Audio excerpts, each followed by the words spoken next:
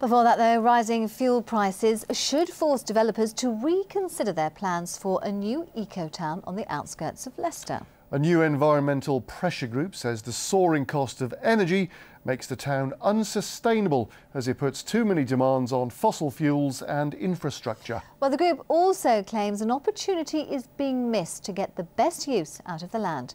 Mark Heathcote reports. Down with the Ecotown! The development is a controversial plan to build homes on farmland near Leicester. Local villagers have formed action groups to protest at the possibility of thousands of new houses in the rural location and the increase in traffic it could bring. Now, Transition Leicester has put together a fresh set of proposals which would see the greenfield site used mainly for food production to help feed the population of Leicester. It's all aimed at reducing the amount of fuel required for transport in a climate of rising costs. Even though they have got a lot of great ideas about buses and bike lanes and things, they're still imagining that a lot of people will be using cars.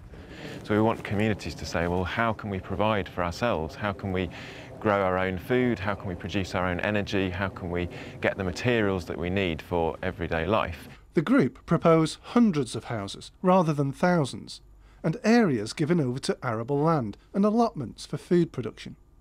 The group don't want to see an end to the development, but merely a change in the way the land is used, with an emphasis on providing local food and resources for Leicester.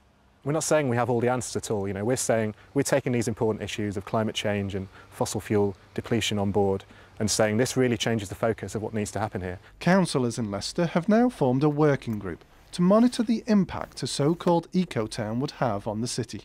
Mark Heathcote, East Midlands Today, Leicestershire.